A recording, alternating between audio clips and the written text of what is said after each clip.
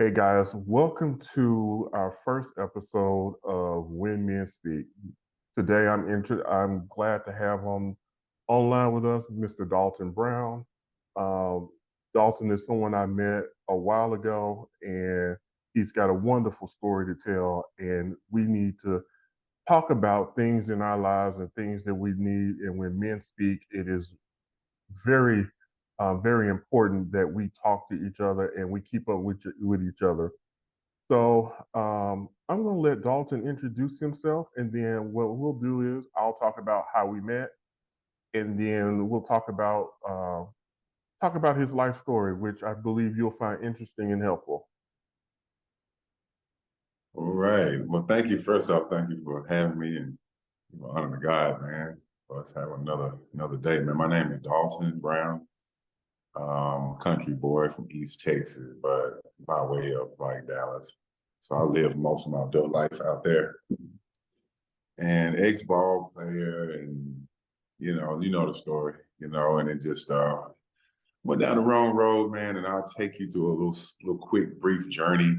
Uh, as we get off into it. I'm sure he'll ask me some questions, or you're gonna ask me some questions so that I can kind of let the people know, how things kind of went wrong for me and started to go right for me. So, All right.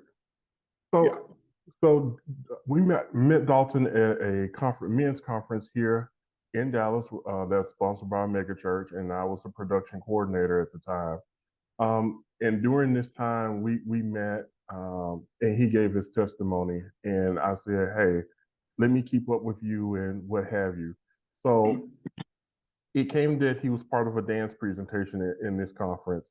He played the idol for the conference. Um, the funny story is they were going to use a mannequin, and Yeah. one of the pastors came up and says, "Why y'all gonna use a mannequin?" Now, granted, it was a female pastor, and she said, "Well, why are you gonna use a mannequin? Why don't you go to a gym and get a buff dude and paint him gold and put him up there?" And everybody was like, "Okay." We were in shock that she said it, but okay, but it really makes sense. Um, and that's how we met. We met backstage when they were prepping, and they were literally painting him gold. I was like, okay, let's see how this really gonna work on camera. And all of this is like, y'all really gonna paint somebody gold? And it was like, oh, y'all did it. Yeah, yeah. Um, and during that time, I think Dalton, you gave your testimony, and man, it was an awesome testimony, and it was one of those moments at a men's conference that you hear of, here is how God is changing people's lives. So if you would go ahead and tell us what you told us during that testimony. Okay, cool. So before I get into that, let me give you a little backside of what we were just talking about. I think what did you just tell me just a minute ago? Um, I think you just said something on the lines of dang, I forgot. But anyway, so I was in prison, and we're back on subject. I was in prison, and it was very, in Texas, it's hot. I'm having air conditioning inside of those state facilities. The only place you can find any type of air conditioning is in the church, and it's just a little small little building, uh, no bigger than a bedroom. Just enough to fit maybe like 10 or 11 people. And I would go just for the air conditioning. No preacher ever came. They would come in and we had like a VH1 and a little old TV. They would play just tapes. So we would find tapes. They'd bring a box in there with, tapes for us to watch. I came across Manpower. And, I'd heard all this stuff about, the man in charge of that, Bishop Jakes, and it was just all rumors and stuff. And then I come to find out, it just talk with. Because I asked one of the guys, man, I'd like to go. I'd like to go to that, because going to just get some air conditioning, man, it really converted, got me back on a mission for God, and I didn't even know it, but that was a guy's way of getting me, in the right, in the right position.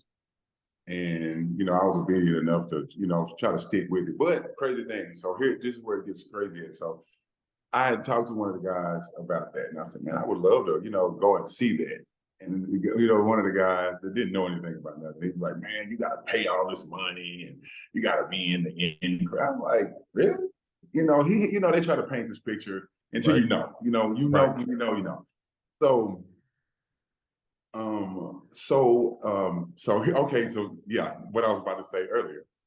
So I'm at the gym. So I don't even think I told you this, Chris. I'm at the gym and I'm working out, and I'm in the mirror, checking out, making sure my form's correct, and blah blah blah. And I saw this guy, just like walking by, and we kept making eye contact. It wasn't like freaky weird, but it was just like, I'm accustomed to people, kind of like staring, looking at them, big tall guy. But it was different. I knew something was up. So he kind of inched closer and closer. And it took him about 3 or 4 minutes to get his way over, get to. I knew he was coming. But he said the magic words. He was like, hey, how you doing? I said, I'm doing great. He asked me my name. We shook hands. And then he said, are you a Christian? And that from right there, we're good. Because, it's crazy nowadays. Man, walk Right. up on you, but, because they're bold, those people. But anyway, and he broke it down to me, and I was like, man, and I told him about the testimony. I mean, and I get to be a part of that, something that, I don't know, it was crazy, man. And I was able to, tell Bishop Jakes that story, and, it blessed him. And I didn't even know how powerful it was, but yeah, it was a real thing. And I'm so glad that it happened that way. You know what I mean? It all added up to, where I'm headed, and it just, it's blessed. Yeah, Real. it was actually amazing because not only did you do it at the convention center, but we actually had to do it again Sunday morning Yeah, at the church. And I think, and we haven't talked about it before, but it's amazing how the devil tries to throw you off track, because after that first night, I think you had an allergic reaction to the paint, and it was like, okay, and they was like, he's having an allergic reaction to paint, and I think you had to drive home with the paint on, gold, yes. and it was Halloween. Yeah. And I was like, we did what? Man, it was crazy. People were driving by me, and I couldn't resist the urge to just like play with people. I was like, but yeah, I had started breaking out a little bit. So I think they changed the paint or the brand or whatever. They found something that, and it all worked out good, man. And it was that experience, man.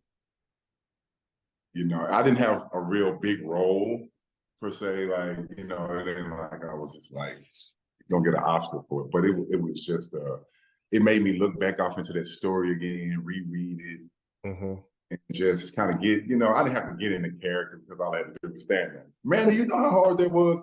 I had paint in my eye. And you had to stand there for what? I think the Probably first 20 night it minutes. was, the first night it was almost 9 minutes, and then that Sunday morning, They did it different that Sunday morning. It was different. I it was think. different that Sunday morning, but I think the Sunday morning when I remember it was almost 12 minutes, because we added pieces of it at the last minute. Sunday morning, and it was like, okay, and it was after MegaFest, so the church is packed, so the stage is full, and air conditioners running, but it's still hot on the stage with all the lights, and it's like, okay, he's standing in this chair, and okay, please don't pass out. I couldn't see. Okay, so the one we did at K. Bailey Hutchins, it didn't involve any rope. I don't think they pulled me with the rope. Right. They pulled me with the rope in church. And Right. shout out Mickey too, man. Mickey did an awesome job too with that, with the dance and stuff, man. Man, it was blazing, and I couldn't wait. And when they choked me with the rope, they didn't know, and they were choking the hell out of me. Yeah, before me finish. They were choking me. And I kind of was like, hey man, I started seeing little spots. And but they pulled me down just in time, you know what I mean? Man, boy, that would have been bad. It would have been bad. I had a skirt on, and that would have been horrible. Yeah. But, And talking about your testimony and talking about your prison and you spending time in prison, um, tell us a little bit about that story and what would you tell your 20-year-old self now that something that you would have done differently? I would, that's kind of a cliche question, but real talk, I would probably go back and tell myself, listen to that old woman in the kitchen. Listen to your grandmother. Mama was young. Mama was 17 when she had me, so she was still, trying to be young. And I can't even knock her for that. But my grandmother, that was who, she pretty much raised me, and she would have Bible study at her dining room table every day, talking to herself, reading the scripture and praying and singing. And just me walking by, even just in passing, I was getting it. I was getting a little bit. Sometimes I stopped, and I was a kid. Right. So, but I didn't, you always go back to the word at some point. I don't care what, you always go back to it. And that's what happened. And inside of that place, but that's what I would tell myself. But inside of that place, you have to, I don't say that they consider Christians in prison to be weak in there, because there's some wolves in there. What they're doing, they're looking for anything that you do wrong so that they can expose you and say, yeah, you're one of us. And then they want to pick on your book and stuff. So you have to be really, really about it. Like out here, you can get away with it being, a false fake. Nobody's gonna, Right. God to deal with you. But in there, God's gonna deal with you, of course, and them if they find out. So I was still young, I was in my 20s. So I was kind of shamed or afraid really to like get full-fledged off into the word like I was supposed to and be, amongst a little small Christian group of men in there, because I was, one, I was embarrassed of what the guys would think, and they think I was soft and all that, stuff, the macho ego stuff, and it got in the way of, something pretty. But I went back to it, and I remember this is and I'm still striving for this. I remember I got to a point in my walk with Christ to where I can walk into a room and I didn't have to say Jesus. I didn't have to say anything. People knew, well, that's a Christian man right there. And I want that back. So that's my mission, for right now. That's what I'm striving for, you know what I mean? Just that glow and that confidence and be bold in Christ, man. And so, but yeah, so that's my new mission, to get back to that, because I thought about that. I remember the warden was telling me one time, he said, man, you think you're just cool? You're not. I was like, yeah, I don't think. He said, what it is, man, you got God in you. And those guys are walking up to you, old white men, and they don't know you, but they're walking up to you, shaking your hand, and they don't even know why they're attracted to you. But that's what it is. He said, stop using your power for evil. Don't get people, that'll listen to you and have them doing wrong or agreeing to some mess, man. It's time to walk right. And, it took it, and I don't think I'll ever be just all the way like that guy, but I'm shooting my best jumper. You know what I mean? And you guys, I'm telling you, Chris, you guys are the reason why, man, I believe, come, we'll talk about that, but I thank you for coming to see me too. Yeah, and speaking of that, after the presentation, we was like, okay, we keep up, we exchange numbers, and we kept up with each other, text messages, Facebook, and what have you, and then all of a sudden, Dalton dropped off. I was like, okay, all right, where is he? Where is he? Okay, I don't want to be a stalker.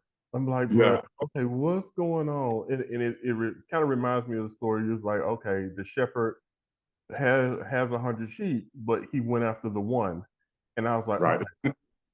I was like, I haven't heard from him. And I would ask people at the church, hey, have you heard from him again? Have you heard from him? No, we hadn't heard, da da da.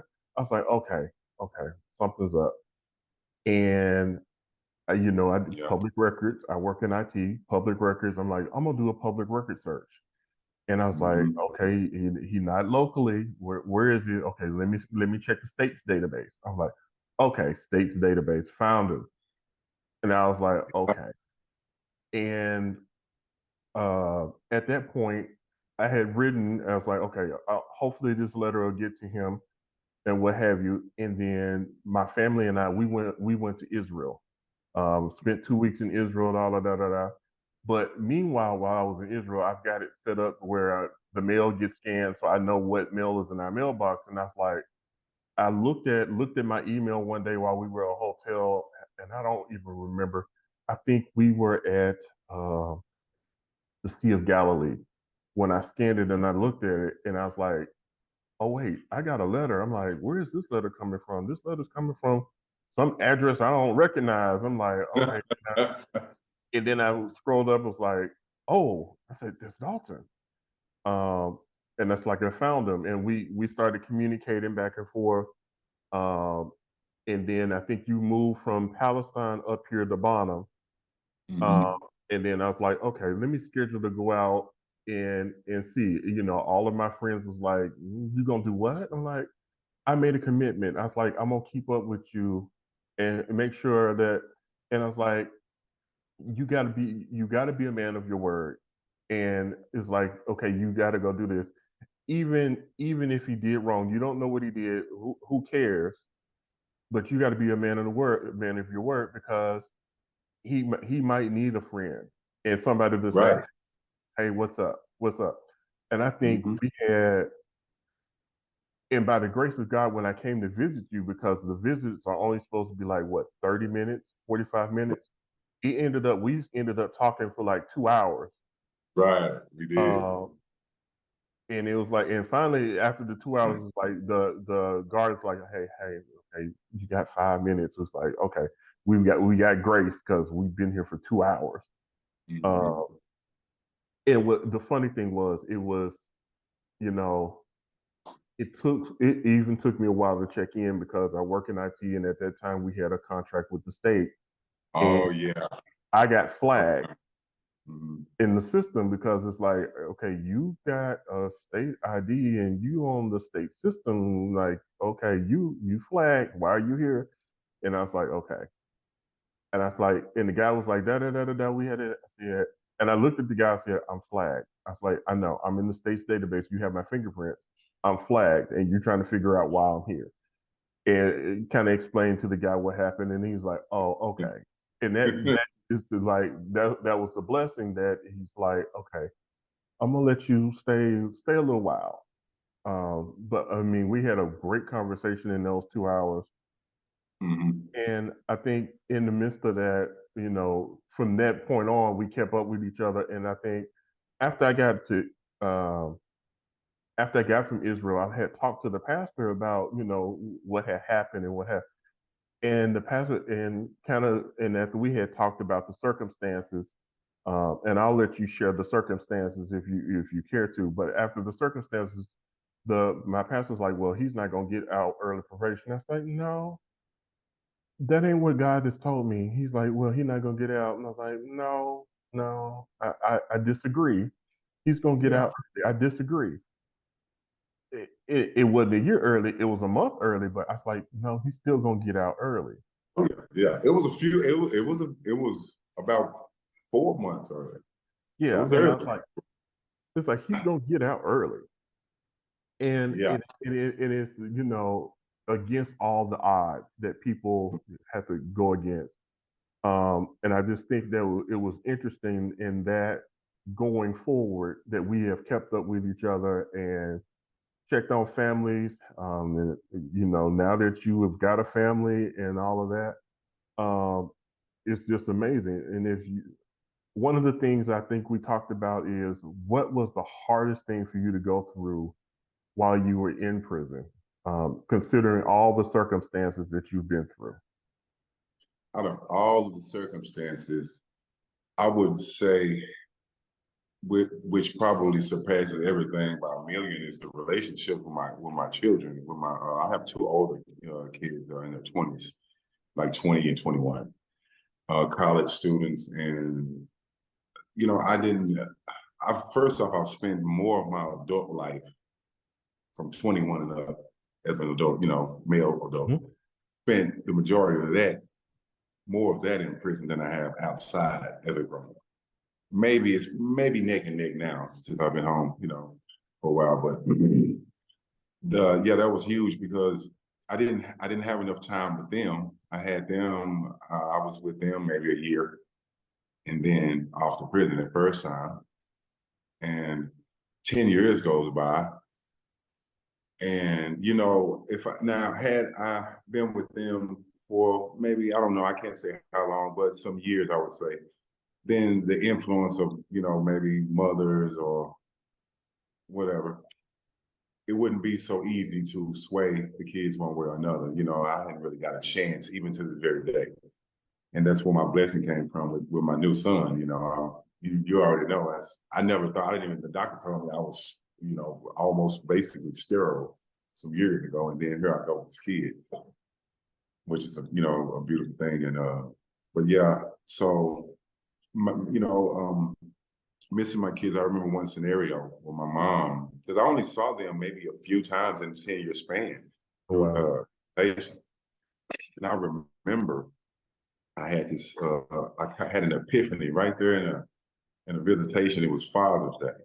And my daughter, Kasia, she's my oldest. I think she was maybe about between 8 and 10. And so when they bring her in, or when they bring me in, her and my mom are sitting down, and they're sitting across the bench from me. So I give Mom a little half hug, and my daughter didn't get up to her. I didn't want to just run, go over there, because I hadn't seen her. Like, the relationship was like, it was just top stuff. We didn't know what to say to each other. So she's sitting there, and I'm looking around, and I'm noticing all the other inmates, their kids are just hanging off of them, and they're hugging, and and I didn't get jealous or nothing, but I'm like, man, I want my little girl to be like that with me too, But these guys probably had time with them before, they got to know them. So I wasn't, angry or nothing like that, but my mom had said, well, Key, we call her Kiki. She's like, get over there and go hug your dad. And she was about to, and I said, no, Mom, no, don't do it like that. That's when I had my epiphany. I'm gonna tell you what I was thinking at the time. The freedom of choice that God gives us. How much sweeter it is for somebody to choose Him versus, because He has the power. Like, I had the power to tell my daughter, get up and come and hug your dad, and she would have done it. Just like He has the power to make us kneel down and worship Him. You know what I mean? But man, how sweet it would be just for us to just choose Him. You know what I mean? Without having a force. So I learned so many lessons in there just within. Lesson within lesson within lesson, and I've taken that everywhere I've gone. Since then. You know what I mean? So there's some light in that dark tunnel. You know what I mean? So all these things, the traps that the devil try to set for me, man, God always made a way to make it, something that He would have for me. If I can go back and change anything about my past, man, I wouldn't even change my underwear, because it made it, the guy before you. Yeah. Yeah. Yeah. Yeah. So, with all of that, is there anything else you would like to share with the people about your experience? About what would you tell somebody that was living your life, living your lifestyle? What would you tell them? What would you do to mentor them and try to help them in the path to help avoid the path you were going through? Or what advice would you give them for their life? This is gonna sound kind of off the subject. Stop listening to rap, okay? Because you can say that it doesn't affect a man. He doesn't smoke. Man, that stuff is spiritual, and it gets in these young men's mind, and it'll have you thinking one thing, man, it's nothing but a big setup. They have a bed for you, young man. They got plenty of room in that place. And as far as, especially for brothers, it's just when America was designed, it was not designed, with us in mind, except for free labor. So that's where the new slavery is. It's right there, man. And I don't wish that on my worst enemy. So I would say find what you're good, find something that you're interested in doing. Focus on that, focus on family, and focus on God first. And you don't have to go and, do the stupid stuff that I did and land me in the street. I mean, in prison. But it all, I couldn't understand. I thought God hated me.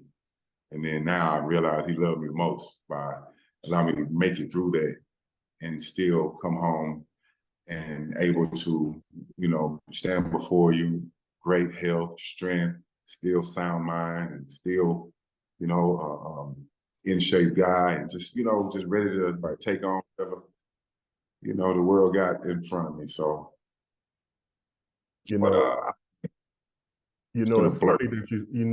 that you say that, because there was just here in Texas on the ballot a proposition to build and improve prisons in the state of Texas. And my wife and I, we looked at that. We was like, yeah, nah, that ain't what y'all really trying to do. And it's funny that you touched on that. And I was like, that ain't what you really trying to do. You trying to expand and upgrade, and like, yeah. And I'm glad we do all the labor. We do all the labor free. So they make beds and mattresses and license plates, and they sell and street signs and stuff, and they sell them all over the state. Wow. We do all the work. They won't give you a peanut butter sandwich for it. Wow. So it's a machine. And I'm sure somebody's up there cranking all the dials, and it's all about keep them coming in, keep them going out, keep them coming in. And, it's a good business to be in if you don't have any morals. Wow. Man, I want to thank you for your time today. I appreciate it. I look forward for more conversations, and guys, look forward to more of these from When Men Speak. This is the first episode. There are more to come. I've got most people don't know that I actually have I have two brothers. They're gonna be on, and I've got some friends and people that you won't think that I would associate with, but we've got more people that's coming in. So Dalton, I want to thank you for coming, and guys, look forward to more of When Men Speak. Thank you for joining.